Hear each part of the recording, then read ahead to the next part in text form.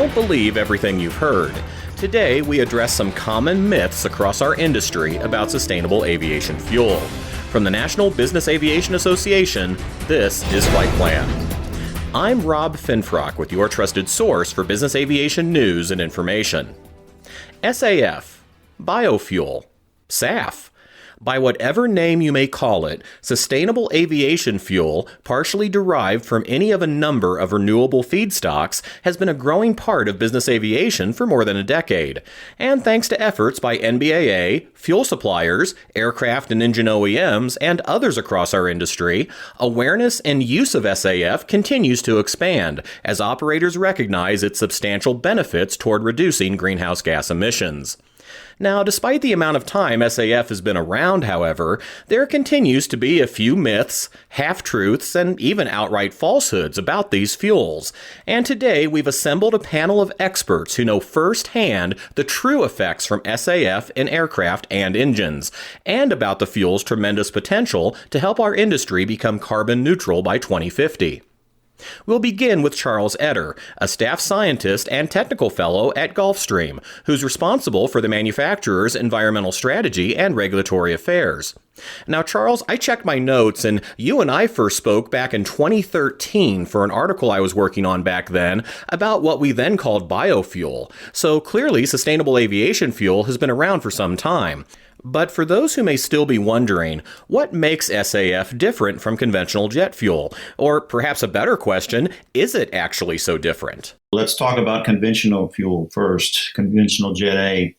So every batch of conventional Jet A must meet a series of about 20 plus fuel tests. And the results of those tests are documented in what's called a certificate of analysis, which you should get with every load of fuel that you get. And this covers composition, volatility, fluidity, combustion, etc. So on that certificate, it will state that the fuel meets the requirements of ASTM 1655. So the certificate of analysis has all of those tests for conventional jet fuel. At the end of it, it meets ASTM 1655. The SAF blend, and I want to emphasize again, based on today's approved fuels, once it is blended with conventional Jet A, it must meet the same fuel specifications as conventional Jet A. So these same 20 plus fuel tests. Prior to blending, the neat or the unblended portion goes through a series of similar fuel tests that are appropriate for that pathway. And then, once it's blended, again, it goes through those same 20 plus fuel tests. So the blended SAF and the conventional fuel have to meet the same specifications. There's no negative performance impacts with SAF. There's no changes in maintenance practices. There's no changes in defueling practices. I always like to say, it's not like Jet A, it is Jet A.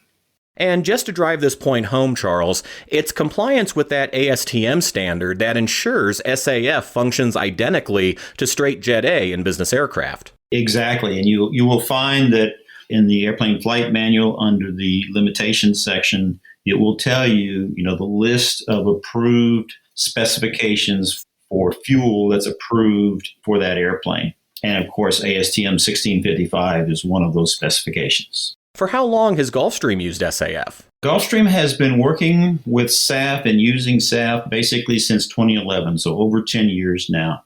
The G450 flew from New Jersey to the air show in France. That was back in 2011. And since then, we've signed an agreement in 2015 with World Fuel Services, and we started receiving SAF blend in 2016 and have done so basically ever since. Today, we've purchased more than 1.8 million gallons of SAF. And between our own fleet and what we've sold to the customers, we've had literally hundreds of flights on sustainable aviation fuel. That G450 Charles mentioned was powered by Rolls-Royce turbofans. And to tell us how that company's work with SAF has evolved in the time since, I'm pleased to also welcome to this discussion Frank Mosta, Senior Vice President of Strategy and Future Programs for Rolls-Royce. There have been hundreds or thousands of flights with SAF So there's quite a bit of experience and usage of SAF in our products. But today, this was obviously on a lower blend, but today all our products are certified to a 50-50 blend. So it means that they can be used with 50% SAF and 50% kerosene. I know that Charles is running at a 70-30 blend, so 30% SAF and 70% kerosene. It's more an availability issue rather than a capability issue. But what about a flight operations real-world experience with SAF? To tell us more about that, here's Nate Deach, Assistant Aviation Maintenance Manager at Netflix. Here at Netflix, we committed with our green initiative to achieve net zero greenhouse gas emissions by the close of 2022. And so as a flight department, we kind of went all in with that as well to do what we can.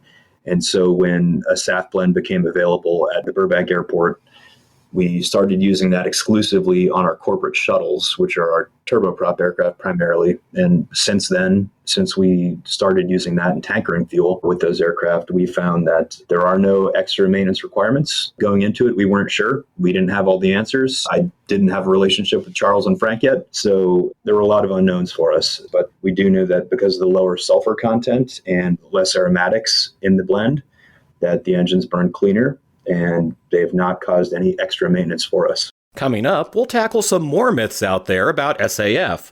But first, this word from NBAA. NBAA Flight Plan listeners, are you getting recognized for your leadership?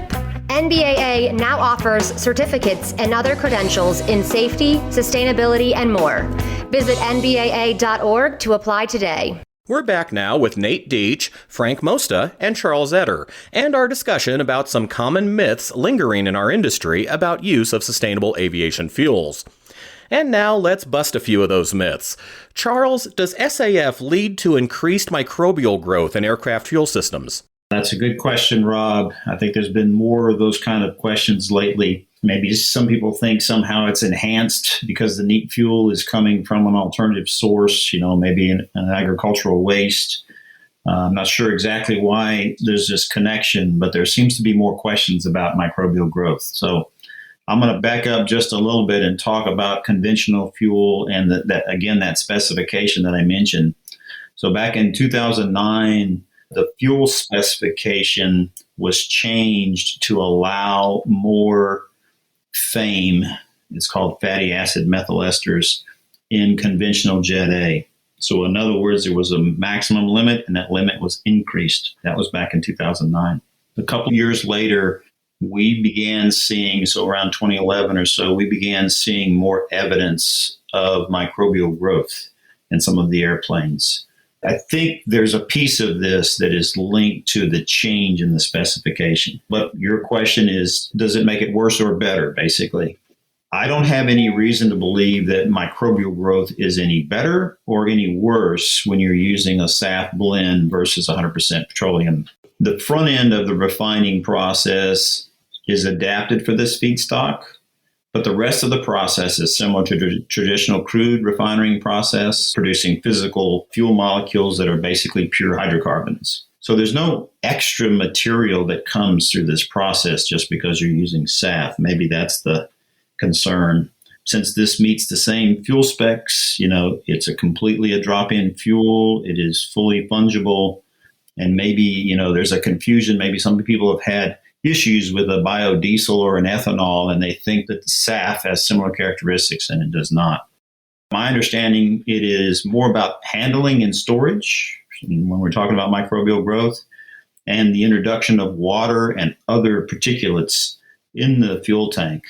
So basically follow, the recommended maintenance practices to mitigate microbial growth. Shouldn't be any better or any worse. Frank, another myth out there is that using SAF reduces engine performance, when actually it's the opposite of that that's true, right? Yeah, exactly. What we're looking at here is it has a slightly lower density than kerosene, but it has higher energy content, so calorific value.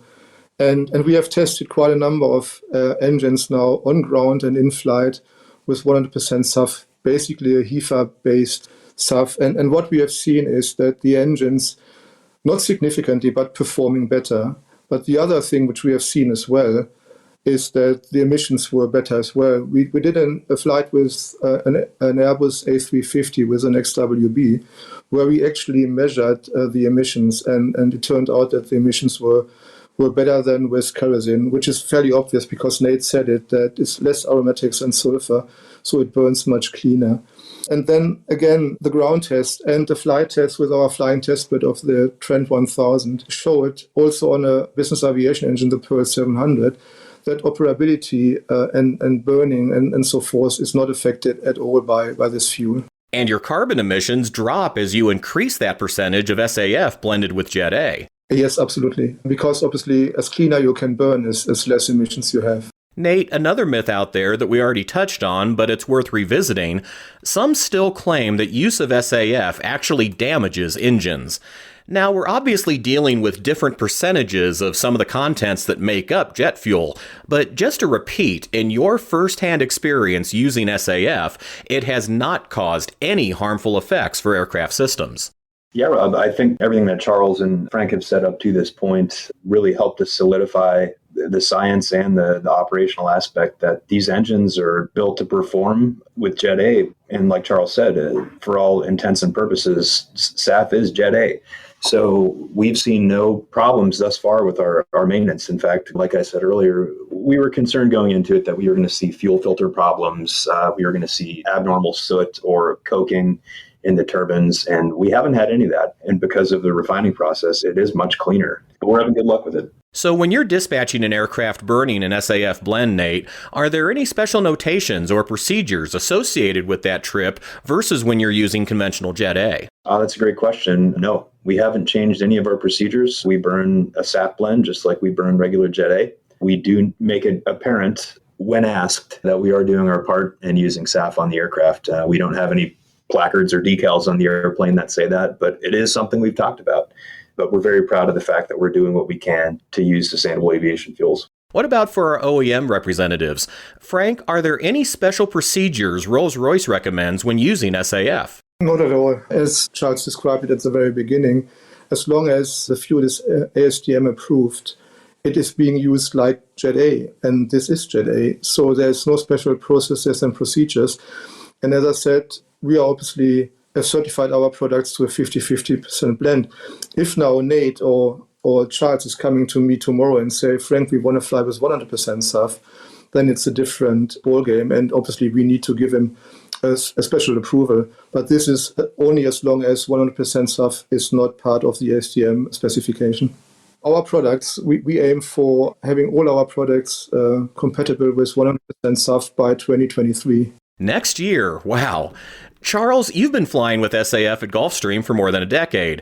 Any special tips or lessons that you have from all that experience?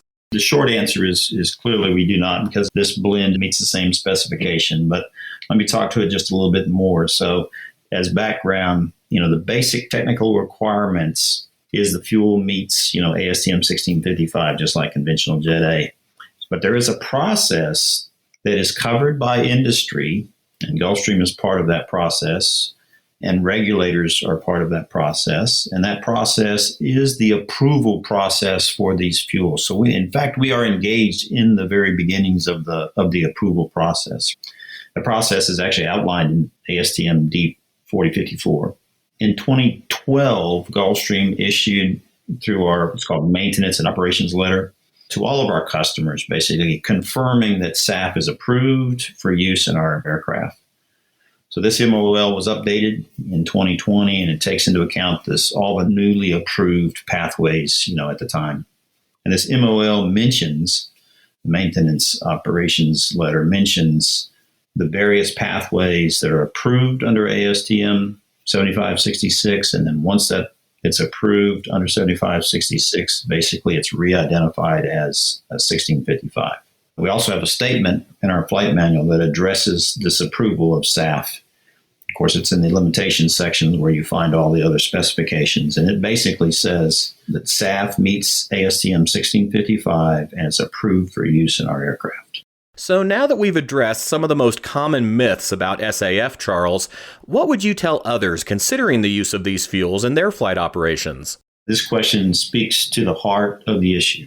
There is an inherent environmental benefit to using SAF versus conventional Jet A. The environmental benefit includes the lower CO2 emissions based on life cycle analysis, less particulates, kind of less sooting, basically burns cleaner, has already been mentioned. It also has a potential to reduce condensation trails, the production of condensation trails, and that also is a greenhouse gas that impacts greenhouse gas. This is where the SAF, the neat portion, is superior to conventional fuel because it has these attributes that are better for the environment. As Frank mentioned, SAF typically has more energy content, and hence you will use less fuel on every flight for the same mission.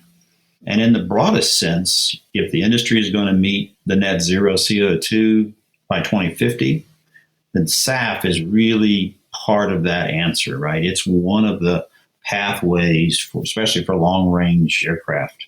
I think the biggest issue is going to be, availability and price as we go forward. And I hope that by 2025, the availability is greater. And, you'll see it more available and hopefully at a lower price. This will take some government policy, that encourages the use of SAF for this to really be realized. But very hopeful that in the next few years, you're going to see an uptick in the availability of SAF. Nate, what do you tell people when they ask you about Netflix's use of SAF?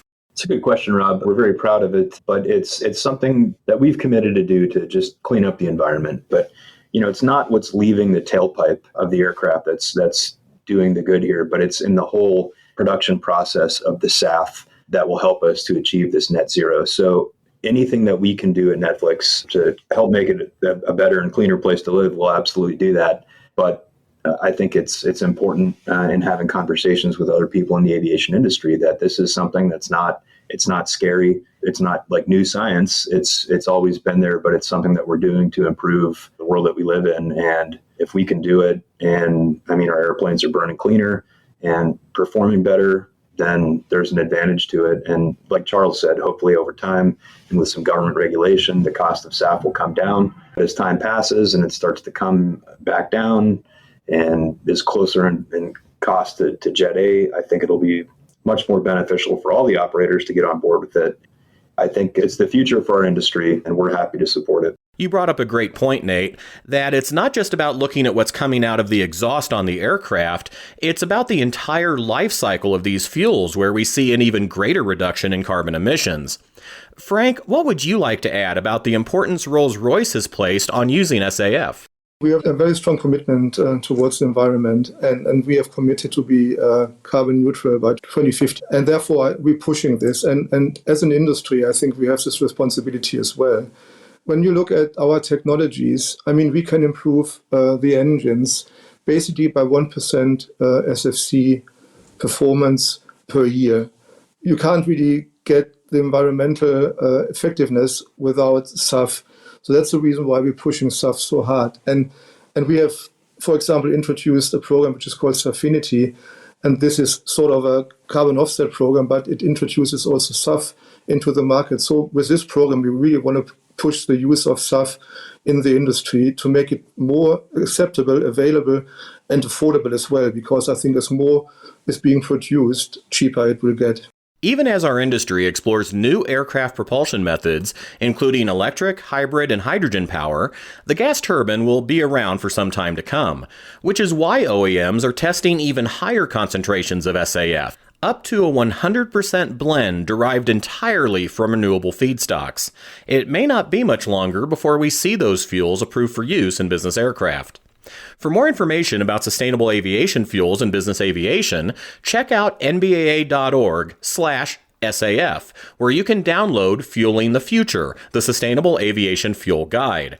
And to learn more about this and other methods driving sustainability across business aviation, visit NBAA.org/environment. And that's the latest from the National Business Aviation Association. Remember, you can subscribe to all Flight Plan episodes at Apple Podcasts, Google Podcasts, and Spotify, or wherever you find your favorite podcasts, including by asking your virtual assistant or connected device. Of course, you can also download Flight Plan directly from NBAA.org. I'm Rob Finfrock. Thanks for listening, and join us next time for a new episode of Flight Plan.